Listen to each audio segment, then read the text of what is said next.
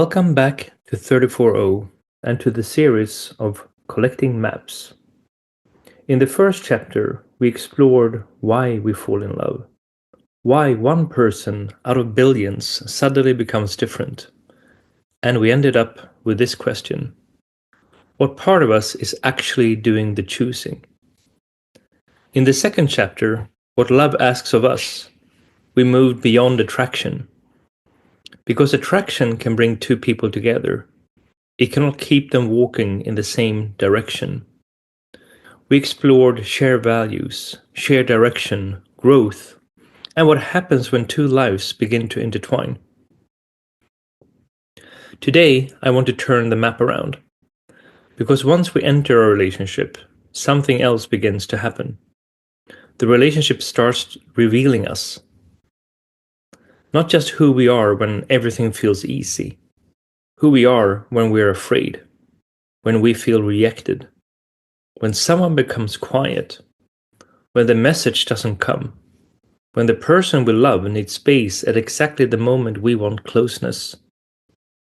Relationships have an extraordinary ability to bring parts of us to the surface that we thought we already dealt with. So today I want to explore a different question. Not who do I love? Not even is this the right relationship? But who am I becoming in the presence of this person?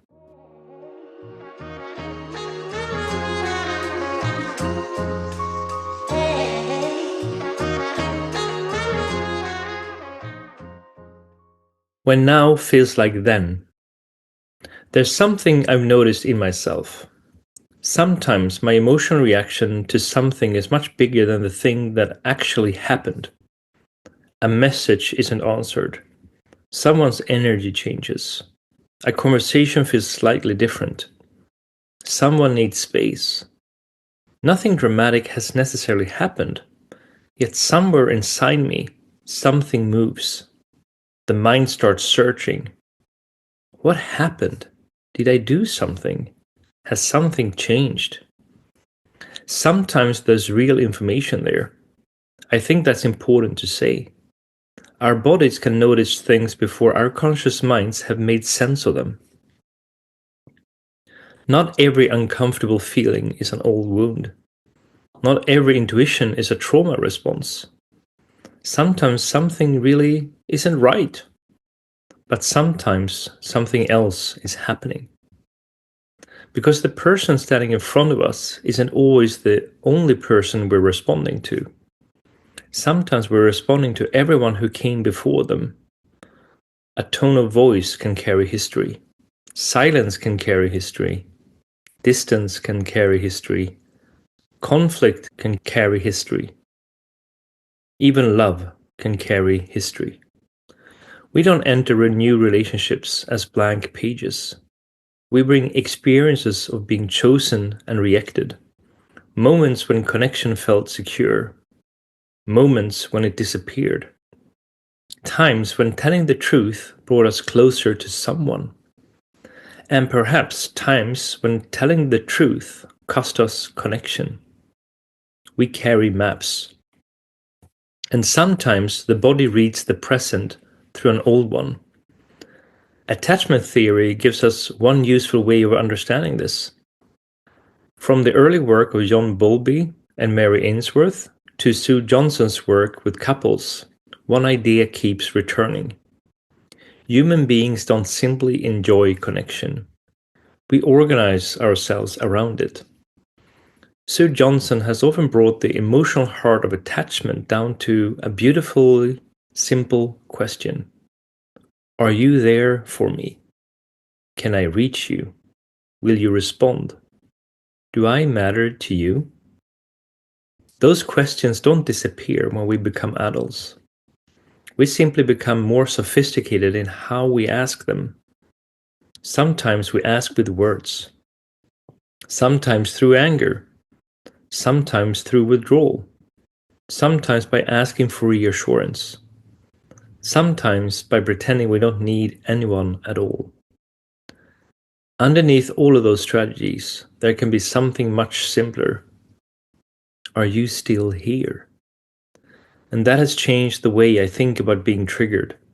I used to think the goal was to get rid of triggers, to become so healed, so self aware, so emotionally mature that nothing could activate me anymore. I'm not sure I believe that now. Maybe becoming more secure isn't about never being triggered. Maybe it's about noticing the trigger without immediately handing it the steering wheel. There's an enormous difference between saying, I feel abandoned, and you're abandoning me. They sound almost identical. They're not. One describes my experience, the other turns my experience into a fact about you. That small space between feeling something and deciding what it means might be one of the most important spaces we can create in a relationship. Because that's where curiosity becomes possible. What is actually happening here? And what part of what I'm feeling belongs to this moment?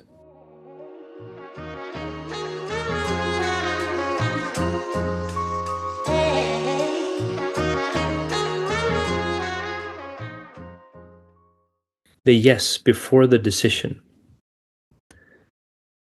I caught myself doing something recently. Someone I love asked me if I could do something.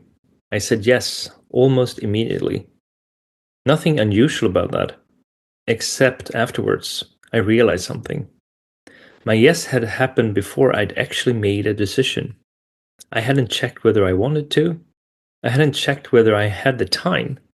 I hadn't checked my own capacity. The answer had simply appeared. Yes. I've started noticing how interesting that moment is. Because sometimes saying yes is generosity. Sometimes it's love. Sometimes it's simply what we genuinely want to do. But sometimes yes has another function. It keeps the peace. It prevents disappointment. It protects connection. And if somewhere along the way you've learned that connection feels safer when other people are happy with you, the body can become incredibly fast at saying yes, before the mind has ever had the chance to ask, what do I actually want? That interests me because self abandonment doesn't always look dramatic. Sometimes it looks incredibly loving, helpful, flexible, easygoing, generous. Until one day you realize you become very good at listening to everyone except yourself. I recognize that in my own life. I've adapted. I've compromised. I've sometimes prioritized keeping connection over stopping to ask what was actually true for me. Not necessarily because another person demanded it. Sometimes because part of me believed adapting was safer than risking disappointment. And that's uncomfortable to look at. Because it's easy to blame another person for the parts of ourselves we stopped expressing. It's much harder to ask, when did I stop expressing them? And why? I want to be careful here. There are relationships that genuinely make people smaller. Control exists. Manipulation exists. Emotional abuse exists. Sometimes leaving is exactly the act of self-respect that is needed. Self-awareness should never become a way of explaining away behavior that is hurting us. But there's another possibility worth examining too. Sometimes nobody explicitly asks us to disappear. We begin disappearing ourselves because some part of us believes that that's the price of staying connected.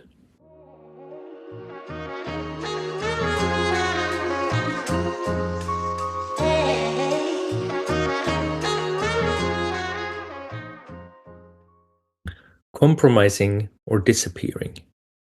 There's a complication here. Because love does require change. I don't believe a healthy relationship means this is who I am, take it or leave it. Two people cannot build a shared life without affecting each other. Love requires adjustment, compromise, responsibility, sometimes sacrifice.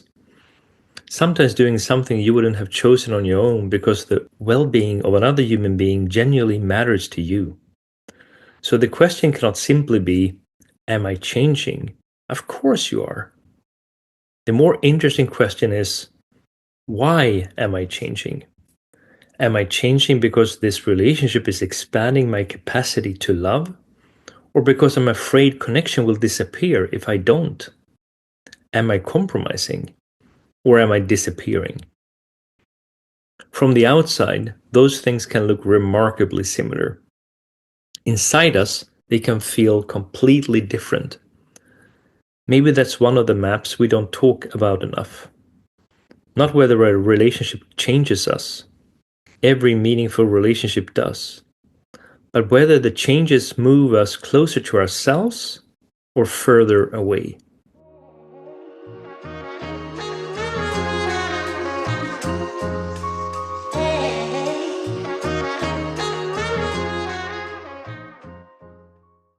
The Michelangelo phenomena.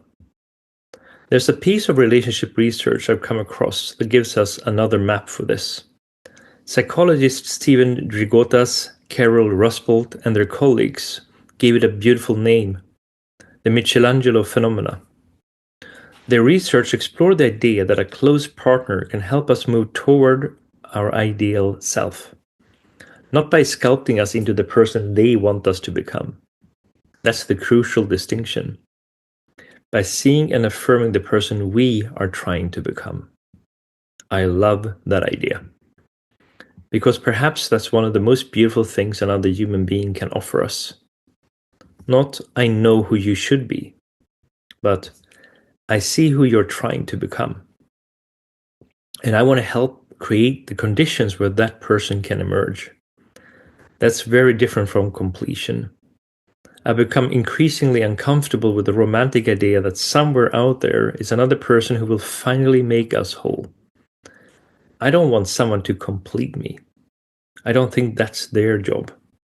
I want relationships where both people get to become more fully themselves, where your curiosity isn't threatening, where your ambition isn't threatening, where your growth isn't threatening, where changing doesn't automatically mean leaving, where two people can look at each other years after they first met and realize, you're not exactly the person I fell in love with, neither am I, and we're still curious about who we are becoming. Because the best relationships don't complete us, they reveal us.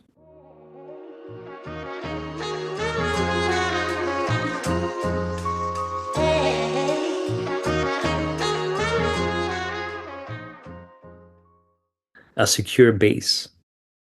This brings us back to attachment, but from another direction. One of the beautiful ideas in attachment theory is the idea of a secure base. Safety isn't supposed to keep us still. Safety makes exploration possible. When we know there is somewhere safe to return to, we can venture further. I think adult relationships can work like that too. The best kind of safety doesn't build a smaller world around two people. It gives them the courage to enter a bigger one. That's expansion. And it changes how I think about commitment.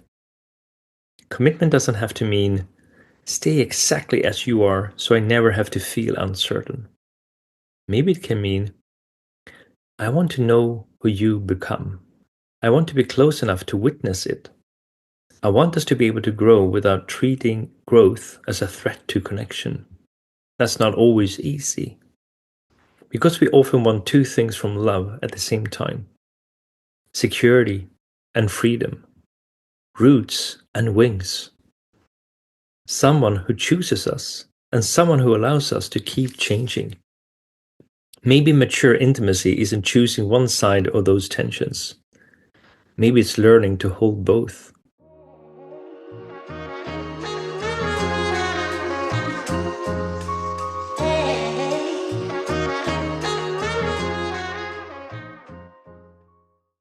Becoming.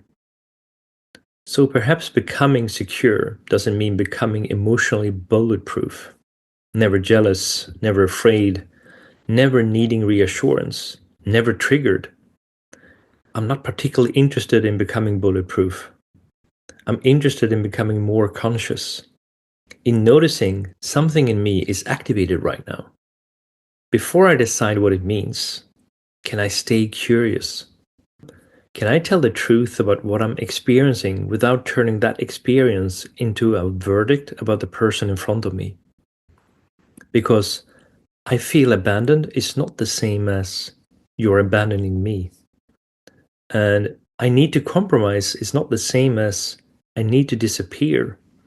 Those distinctions matter. They give us choices. And maybe that's what awareness ultimately gives us.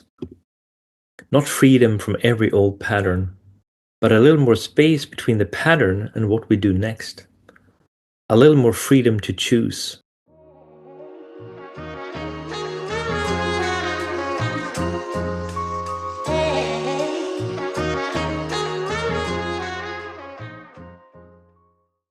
The first chapter of Collecting Maps asked why we fall in love. The second asked what love asks of us once we do. This chapter asks something quieter. Who do we become inside it? Relationships reveal things. Our fears, our patterns, our capacity for generosity, our tendency to protect ourselves, our ability to tell the truth, the places where we still abandon ourselves to preserve connection. But they can reveal something else too. Possibility. The person we're still becoming. So perhaps there are two questions worth carrying with us. Do I like who I'm becoming in this relationship? And does this relationship give both of us enough safety to keep becoming? Maybe the right relationship isn't the one where you finally become enough for someone else. Maybe it's one where you feel safe enough to stop abandoning yourself. Where another person doesn't tell you who to become, but helps you hear yourself more clearly. Where growth isn't a threat to love, it's a part of it.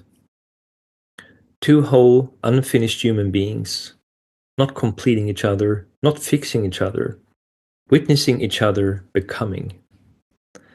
Perhaps that's one of the greatest gifts of intimacy.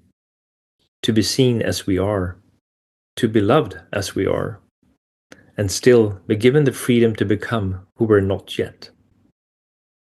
Until the next time, stay curious, stay honest, stay present, and stay